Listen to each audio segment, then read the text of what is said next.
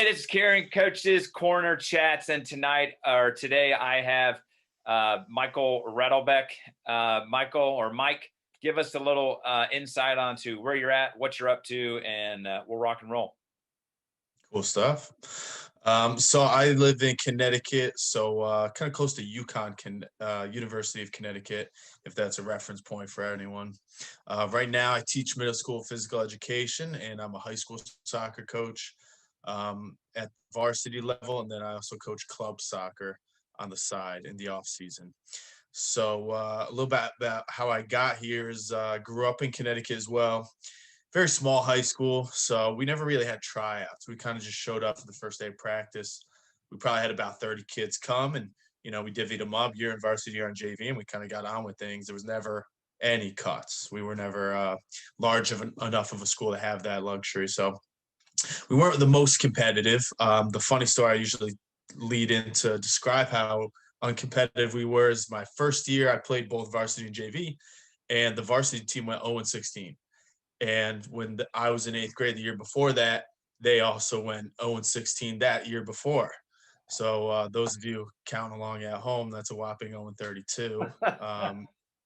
And then we show up. We had a JV game the next day after the last varsity game, and I go to the home field and spray painted on the field as 0-32 by our rivals. They were sure to let us know that they wrote it in there. So that was my introduction to high school soccer, but played club as well. So towards the older ages of my high school career, I was exposed to some better coaching in my town soccer, as well as even at the club when I was younger. I didn't have a great soccer mind as a mentor. I had some great people who cared for me and loved me, and were great coaches and truly did the best they could, but wasn't really exposed to that higher level coaching until my later high school years. So played soccer at Eastern Connecticut State University Division III school. And that's really where I got exposed to the game tactically. And I grew a lot, even away from the soccer side, just as a person. I was lucky to have a great coach to lead us, who taught us a lot about holding each other and ourselves accountable, how to not make excuses, how to grow as people, how to grow up. So I was very lucky to have that foundation in college.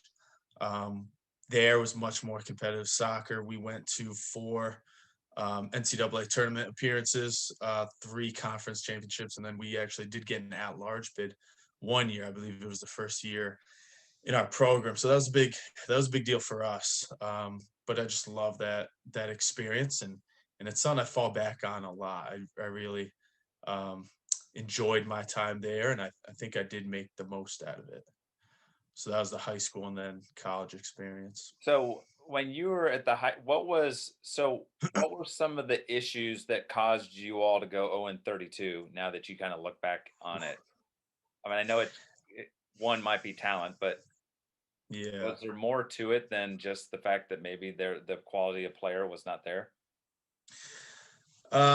Quality of player, level of commitment. I've coached teams that weren't the most talented before, but they were committed, Mhm. and we didn't have that.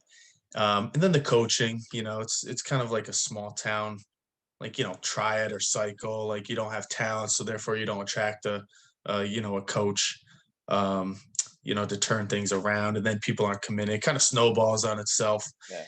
Um, and then everyone's complacent when there's no tryouts. Everyone knows already they're going to make the team, so they don't need to Yeah. work that hard in preparation. So love the kids, made great friends, but didn't expose me to the highest level of playing there.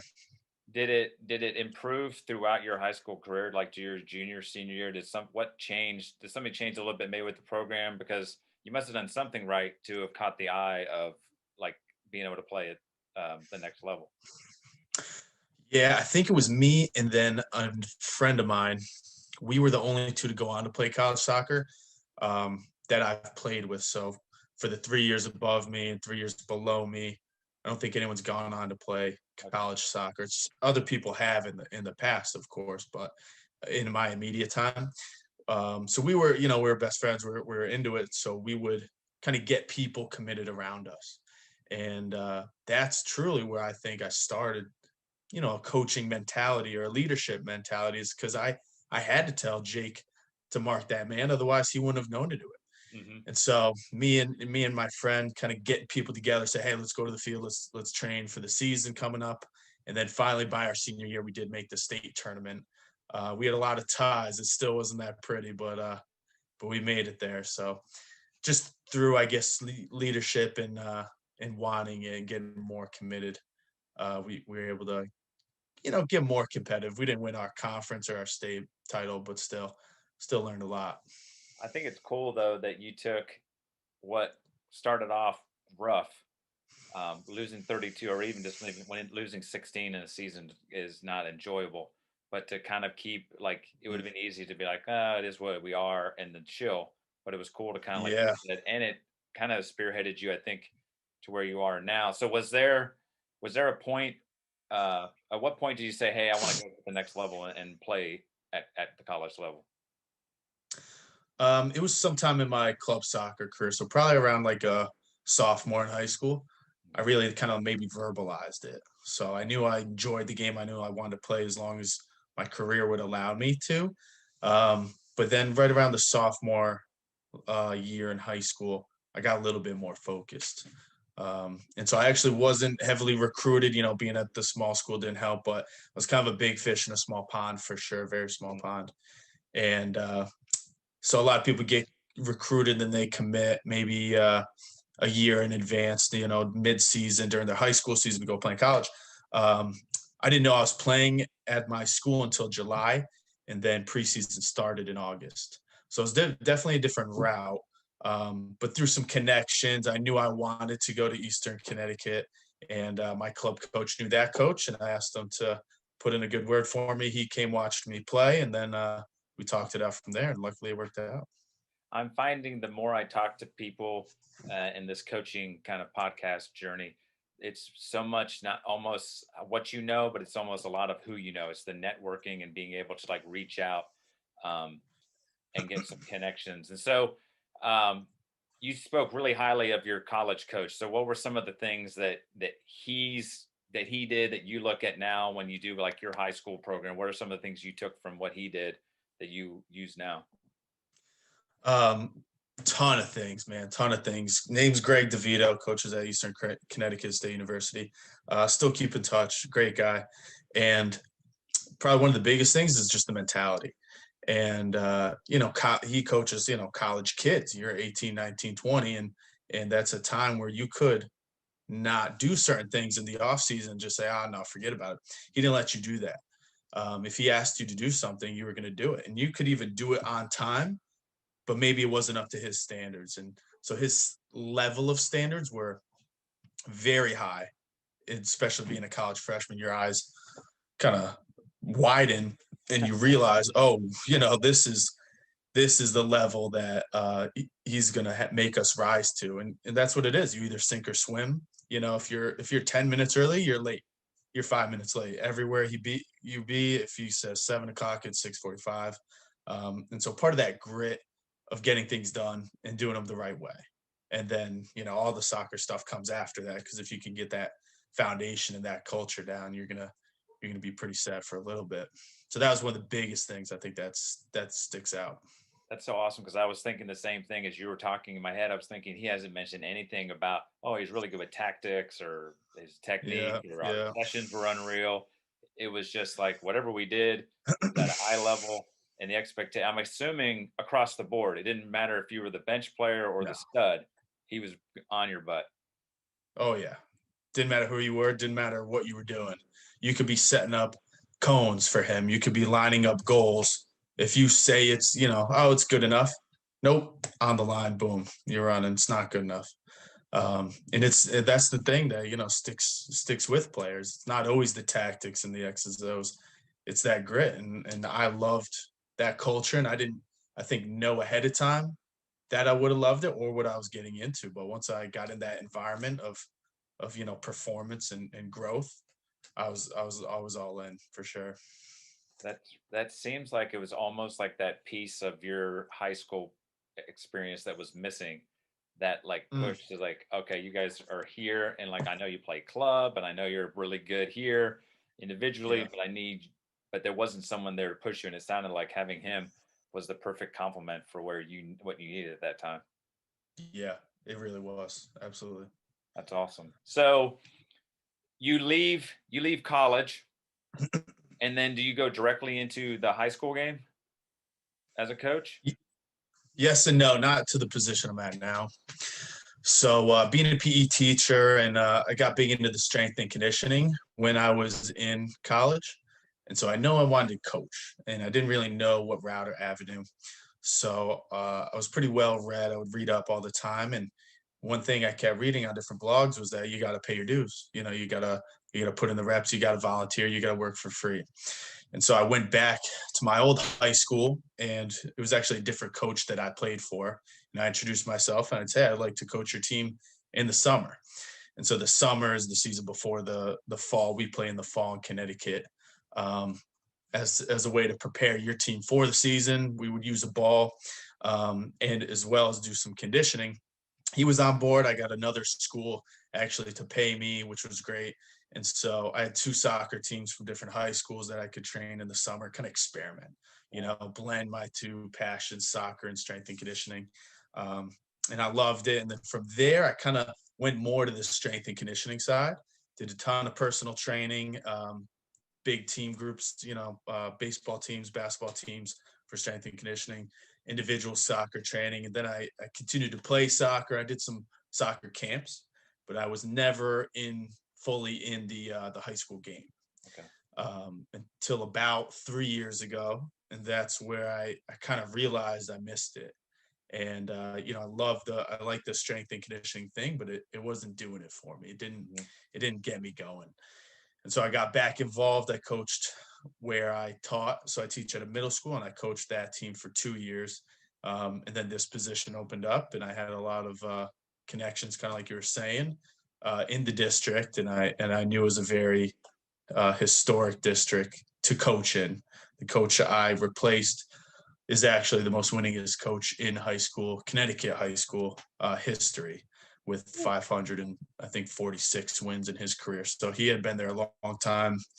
Couldn't find anyone to say a bad thing about him. He's awesome, and I actually got to know him pretty well, which was cool. So that's kind of the post college story for you. So, wow, I've got all kinds of interesting. So Yeah, I know. what I just that was awesome though. But so what so let me go back to the summer thing.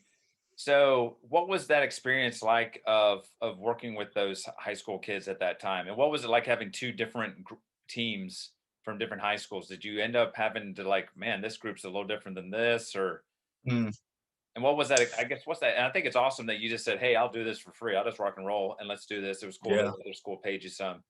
Uh, but what was that experience like when you just first started out? It was awesome. So, I was fresh out of college. It's when you're, most so green and excited.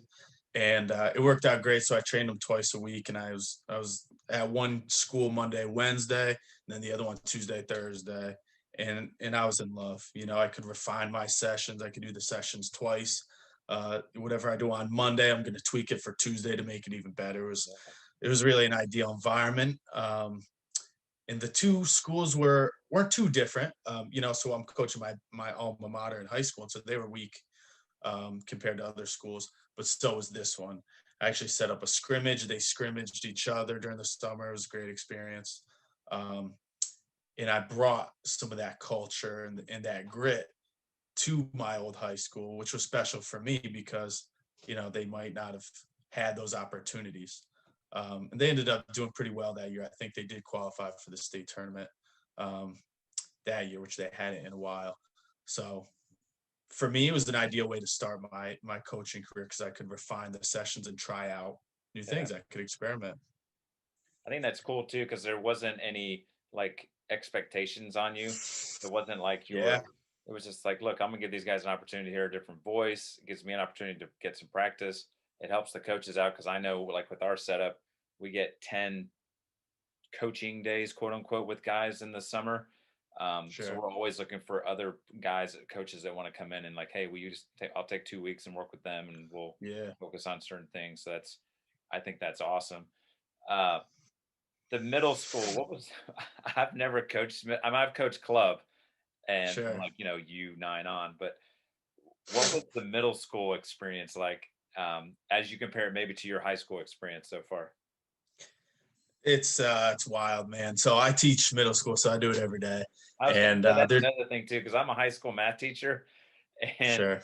middle school scares me to death. They're a squirrely bunch. Yeah. Yeah. So when I was student teaching, I was right before I leave college. My mentor, my cooperating teacher, was this big football guy. Played football in college, pretty young at the time, and I was like, "Oh, there might be an opening in this middle school. I might apply for." He goes, "Middle school?" I didn't apply to one middle school, man. I would have rather not had a job.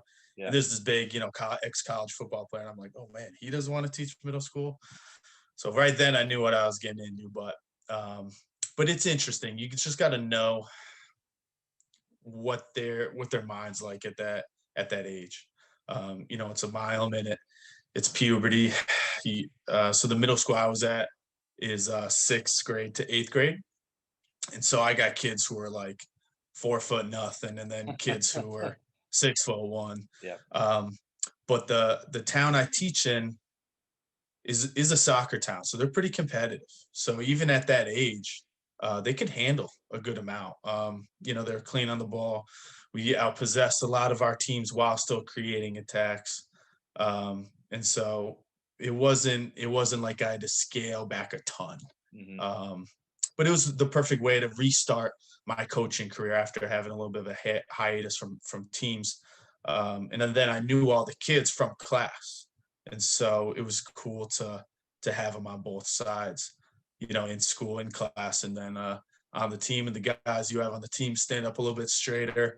They start following directions a little bit tighter when you're their coach too. So that part of it was also fun.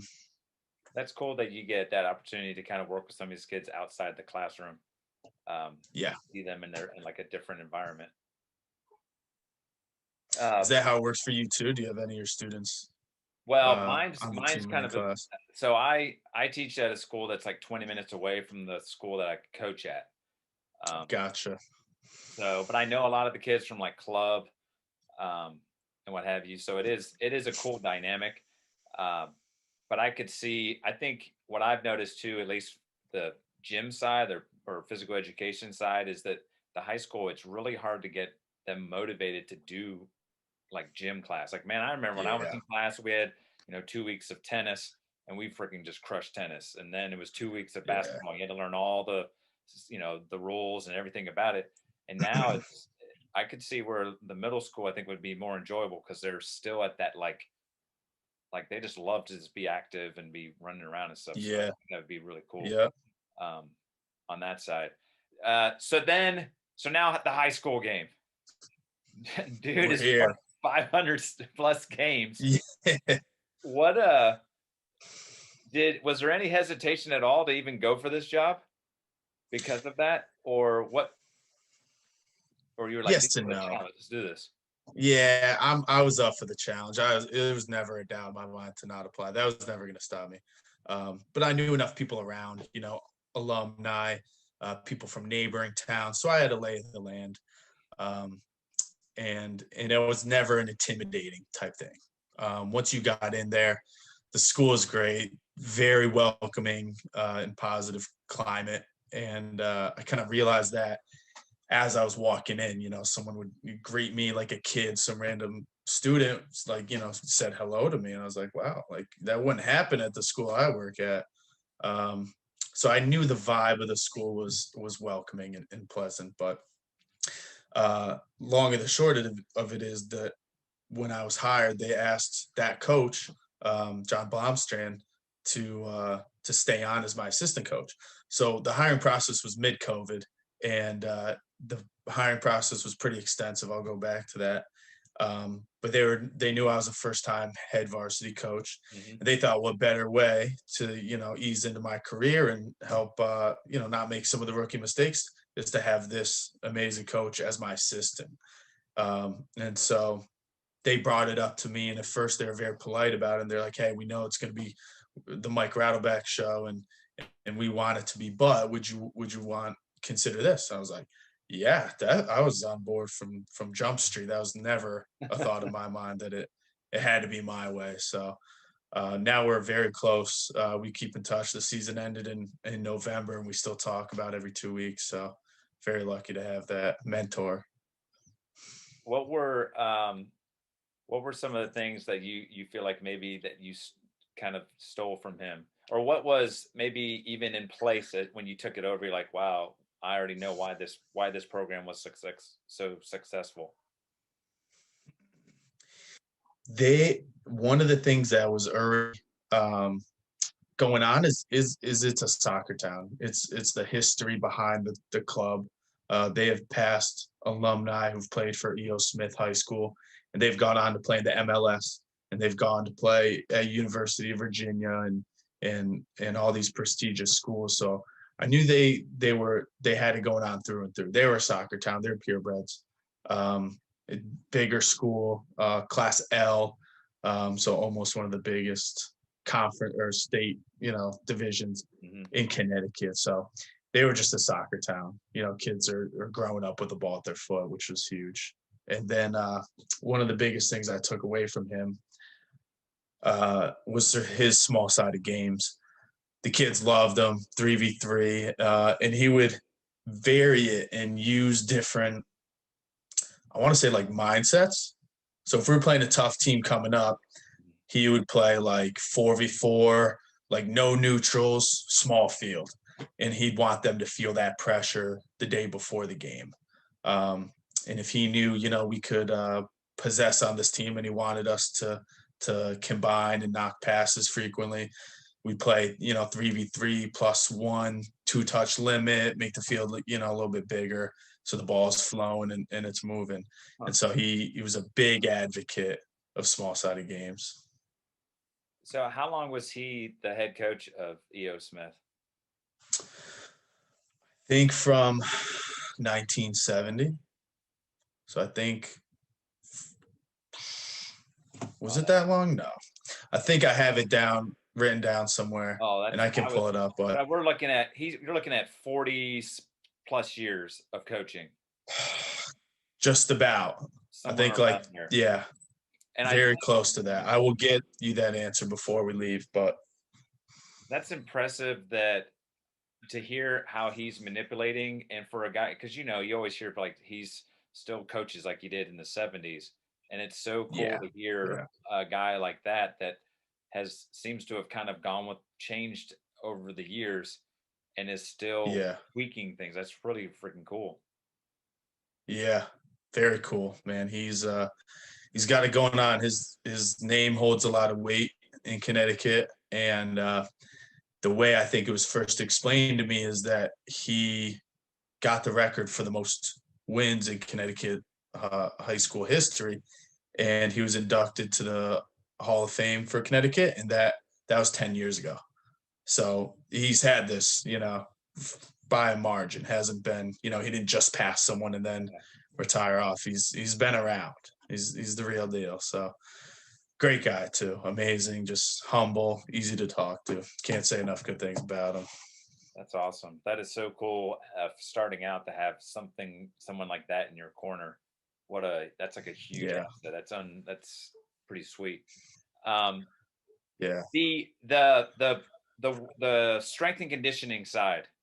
So that's something I've been doing a lot of kind of checking into as to what things can I do. So picking your brain, what things do you do with your group in terms of weight training? Are you guys doing lots of lifts? Is it box jumps? Is there yeah. lots of sprints? Is there plyometrics? What kind of things do you try to involve in yours? And how often you guys like now in the off season? What are the plans in terms of times we're in the gym? And I guess maybe what's your off season look like now? Yeah. COVID's kind of messing things up, but So really, I haven't been able to get my hands dirty and do the fun stuff, like you said, with the lifts and the plyos. So even before the season started, usually I could run conditioning in sessions. We couldn't do anything in person, really.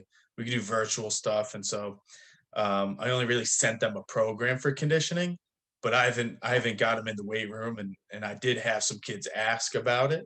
But with COVID, we haven't been able to do anything, unfortunately. But we could talk, whatever you want, sets and reps, all that. For this last season, I pretty much put a premium on conditioning. Really, before the season, I wanted them to come in into the season in good shape, and then also nutrient timing was a big conversation we had.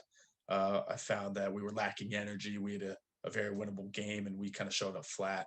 And I went back to to the science and the literature about how you need to fuel and when you need to fuel themselves. But if you have more specific questions about kind of how you use box jumps and those things, yeah, fire away. That'd be something I'm sure we can do. We'll figure out at some point. I'm really interested in this nutrient timing. So what does that mean? And what is that? Yeah, So they yes. came out sluggish. So what things did you say, hey, this is what we need to start doing better with? So we came out sluggish. The first thing I changed was our pre-game routine. And so I added in two things. And one of them was just a chant. I was like, neighboring towns do it. The U.S. men's national team have their, I believe chant. Like, we need to get hyped up. We need to get pumped up. Yeah. So we put in that, and what kids don't want to do that.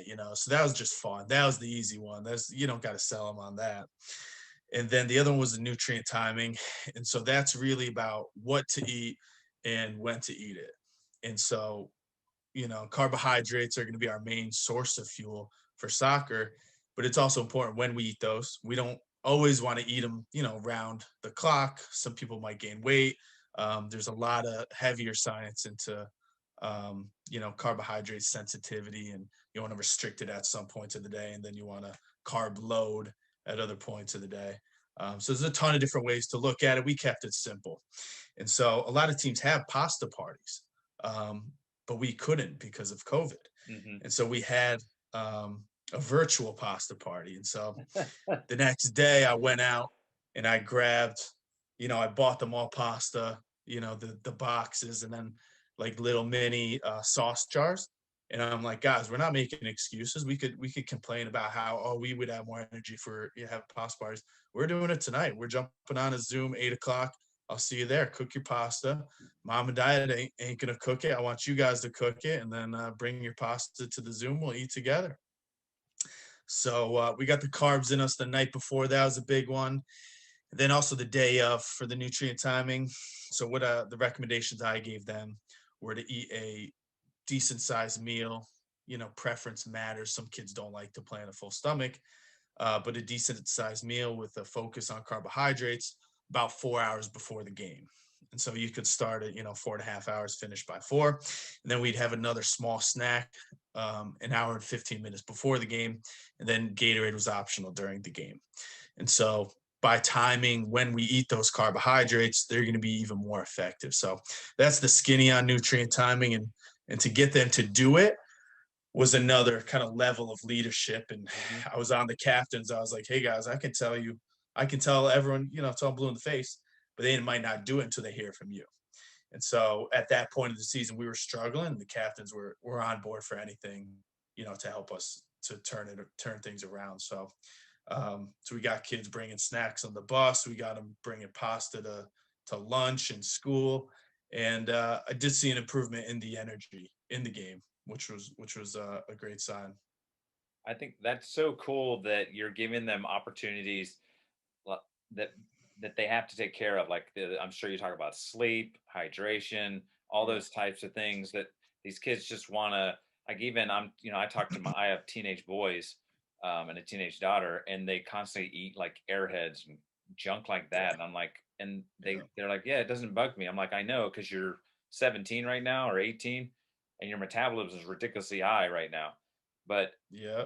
it's not doing anything for you. That's why you're sluggish and then you stay up late and all that kind of stuff. So I think it's really cool that you made it something important for them, and then to involve them in the Zoom and stuff. I think that's a awesome idea, especially Mm, because I know with your background, like you're living that. Like I need to have my energy for teaching. I need my energy to coach. yeah. So guess what, boys? I'm eating similar stuff. Like I'm doing the carbs and stuff 4 hours before our game because I can't be walking on the sidelines like a zombie. Yeah, absolutely. And then the Zoom pasta parties was just a fun team building thing. Then the goofballs come out and everyone's ragging on each other. So that was awesome. I'm sure there were some that didn't cook the pasta correctly, or it was Oh, I believe it. bad. They're eating it very al dente. It was very undercooked for some reason, not on purpose. Like, Coach, at least I'm eating it of some sort of Yeah, pasta. yeah, That's awesome. I've never heard of nutrient timing. I yeah, just always tell them like, and I've never been really specific. It's something I might tap into you a little bit more, even beyond this chat here, about some for ideas sure. for my guys, because I know you need as much energy as possible in it. I'm sure. Do you guys play like a lot of games in a short period of time? This year, yeah. So this year we had Tuesday, Thursday games, which a lot of coaches weren't happy about. So um, I think they did that to avoid football, and there's a lot of politics behind it. But COVID obviously made us change a lot, and that was a weird one. And then we some stretches we had I think like 5 games in like 12 days or something wild like that. So yeah, we had quick turnarounds for sure. So, what were now that you look back on the first year, and I know COVID makes everything kind of take everything with a grain of salt, but what were some of the things that you look back and go, okay, I'm going to do something a little bit different? Like, what's one or two things that you've already thought I'm going to do something that was a little bit different this time? Or what do we need? Like that team building, that's awesome. I need to do more of that, or whatever. Sure. Um, so one of the things I wanted to do more of was practices with freshmen, JV, and varsity all in the same field combined. Um, and we did some mirror sessions Hmm. in the beginning of the season because schedules lined up and it was a lot easier. And so we would do a session, and then the JV and freshmen were combined. They were here, and like they would come watch our demo, and then they would go do it, and then they would watch the next drill, and then they would do it. So we got some sense of it that way. But I was actually talking to a coach of mine, a friend of mine who I think is out in Oklahoma, and he says they do almost all of their practices combined, and they'll do like a circuit style. So that they'll have the freshman coach, they'll have JV coach and varsity coach, and they'll run 3 different stations, and then the varsity team stays together, and then they rotate to each station. So every coach coaches every level, at the drill they're at, and I'm sure they modify it for the different levels, and they have progressions and regressions. But I love that idea, and that's what I want to do more of. I want to have, freshmen be next to a senior in the warm up lines, which is something I didn't get to do as much this year. Especially couldn't do it this year, really, because the cohorts, we had groups of 10, we couldn't like mix. But yeah, that's one thing. I love that idea because that's one that I look back and I felt like I put all my focus on my varsity group, and I put a lot of energy into them, and I let my Yeah, JV kind of play. And then I'm realizing now as I go to the off season and I look and I'm going, oh man, that's my future. I need yeah, 3 or 4 of those dudes, 5 of those dudes to start to step up. So I need to, yeah. and I think that's awesome. Like you said, the other thing too is, so is it just you and your one assistant, or how many are on your staff? So this is the first year that there was an assistant for the varsity team. So myself and then John Blomstrand was my assistant, and then we had the JV coach, and we did have a freshman coach. So we had 4 total for about 40 kids, and that's kind of run of the mill around here. Some places have 3 coaches. Some places there's a few places that have like 6 coaches on staff who have a very well run program. But that's how many we had for that. Is being head coach at EO Smith, are you, is that kind of where you're at, or do you have any aspirations to maybe go back to the college level, or are you just kind of keeping your journey wide open? I think this is where I'm at. The other entrepreneur side of me wants to say doors are always open and we're always keep things open, um, but this is where I'm at. I love it here. Like I said, it's a soccer town. As I meet kids' parents and people on the booster club side and people on other sides, is this is I think where I'm at, is where I want to hang my hat. So I'm happy to be here. I think I'm going to be here a while. Maybe not 40 years like Coach Blomstrand, but maybe 39. You'll win just one less than he wins. Just Out wait. of respect, of course. That's right. That's right. No, I'm not catching him. I don't think many people are. There's one person who might be able to in Connecticut right now, but that record's pretty safe. So, in your experience in Connecticut, what's the soccer level of Connecticut soccer? It sounds like E.O. Smith's had some studs come through.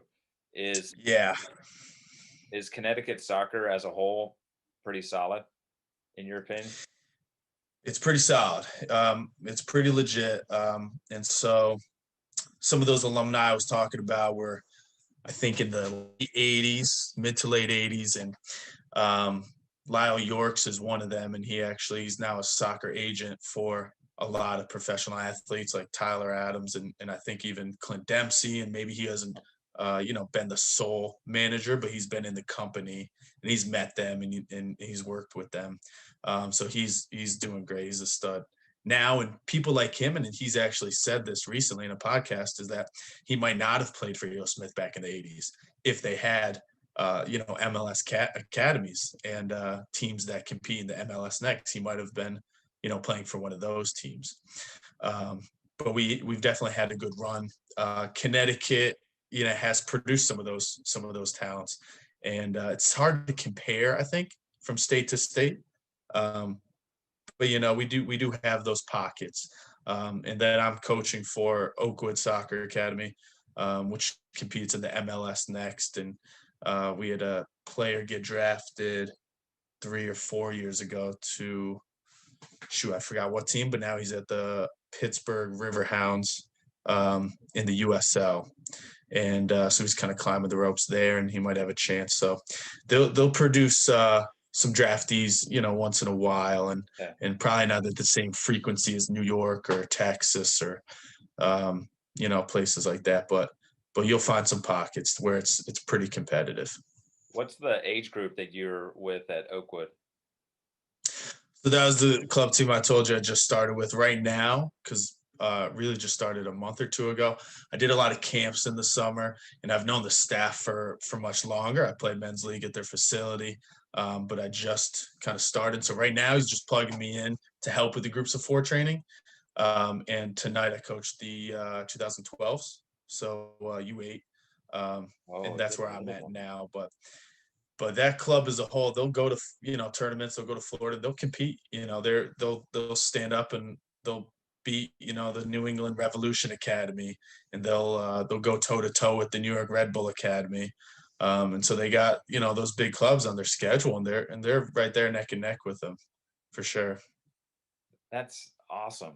Is there like Yeah. it's an actual in expecting the weather right now is there a lot of snow and freezing cold? So it's all indoor? Oh, yeah, all indoor. I think it's 29 degrees out right now or something like that. But the snow somehow just melted from recently. But yeah, we're indoors. So U8, so you are spanning all over the place. It seems like Oh yeah. you've got your hands in all these different little. That's so cool because you have the middle school like teaching and coaching experience. You've done high school. You've played at a high level at Division 3 soccer. So it's so cool. Does it change depending like the age groups that you have in those pods of four? Sometimes like you go in and it might not be the U8s next time. Yeah, yeah. Right now it'll change, and I'm being plugged in to help out. But my mentality is the teacher for PE. You get certified K to 12, and so you go through college and you go through your clinical experiences. At a multitude of ranges, and my mom was a teacher, and so it's kind of in me, just like instructing and talking to and adjusting. So it is fun to do the different ages, because like you can say, all right, jump over that line 100 times, they're like, okay. And then like you said, you go to high school, and then sometimes they need a kick in the rear side to really get going. But it's fun doing it all. I just love people and I love coaching, and it doesn't matter where I'm at pretty much. I think it's awesome that it seems like you're constantly trying to put yourself in spots to have an experience. coaching wise, be it back in Yeah. the day when you said, "Hey, I'll help out," and you're always like seeking those opportunities, what I think is really cool because this experience through this Oakwood, which sounds like they're, like you said, very competitive club, is only going to make you a better coach, which therefore then helps you at EO Smith. Pretty much. Yep. Absolutely the idea behind it. And like you said, I am always looking for those opportunities. And just like me and you, it worked out great. Yeah, I hear you. We had to bounce around a few days, and because Yeah. you're a busy man with all these trainings. So how often are you training right now with the club? So right now, twice a week. And then before some like vacation stuff, mixed in Yeah, right with on. the schedule. But twice a week right now. And then I think that's what they'll do and have games of the weekend.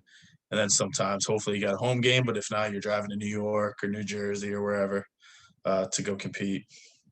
That's awesome. So their league plays in neighboring states as well. Yeah. Yeah. A lot of travel and that's why sometimes they have a hard time getting coaches. Because you got to get people, young like me. I don't have a family yet, Yeah. um, who was willing to go. But like you said, it's kind of a give and take, and I'm hoping to just learn a lot. I already have learned a lot, to be honest, from the coaches. I'm just around.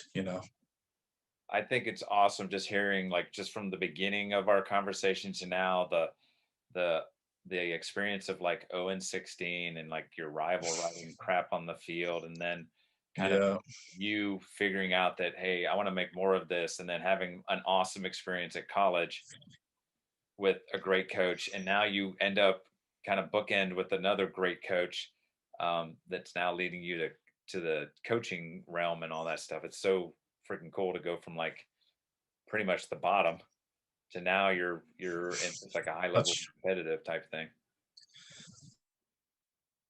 thank you. Yeah, it's fun, man. That's what it's about. I love doing it, and it's enjoyable, and I love putting myself in those positions. And that's what you got to do. You got to seek out those opportunities for yourself, because anyone can do it if you're willing to grow and learn and network and just have fun.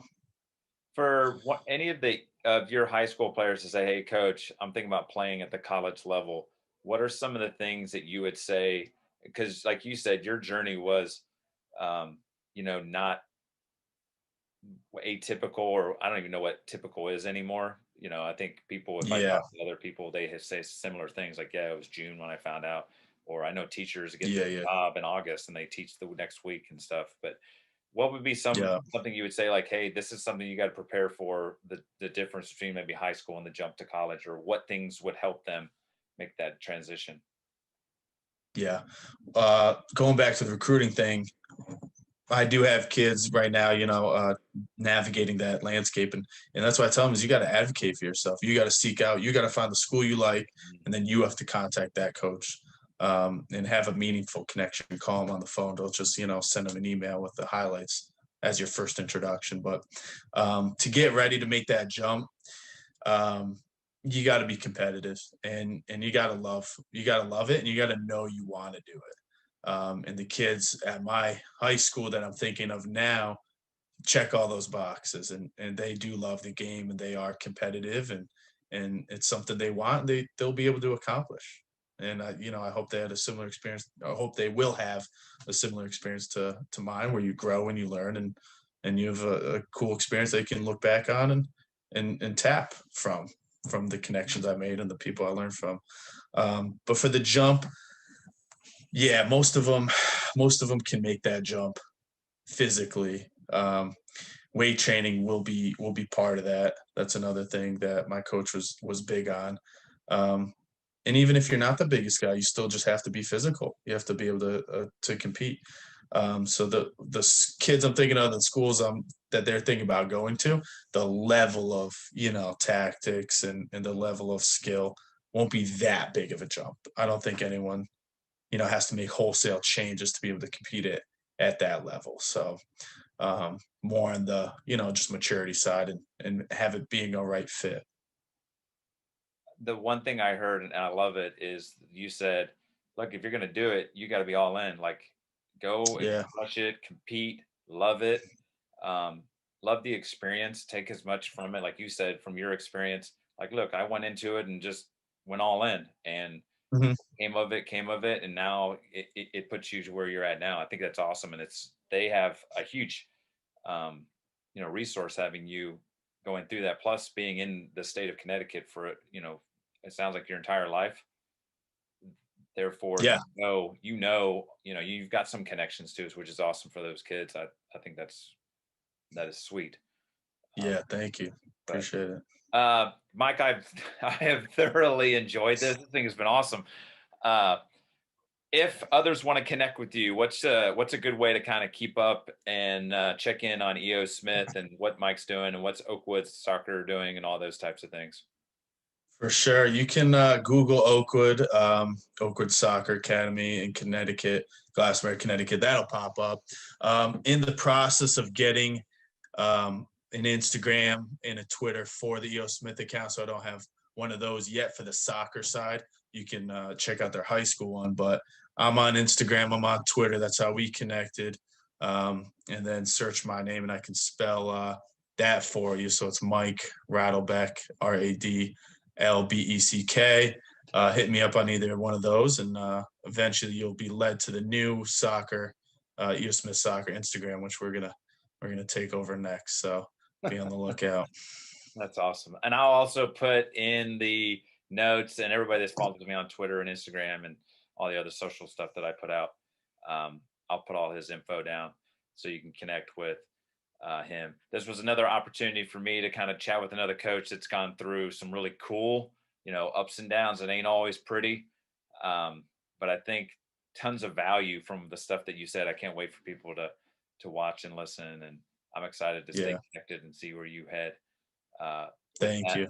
So I'll wrap up real quick. Hey, this is Kieran with Coach's Corner Chats, and I'm out. Peace.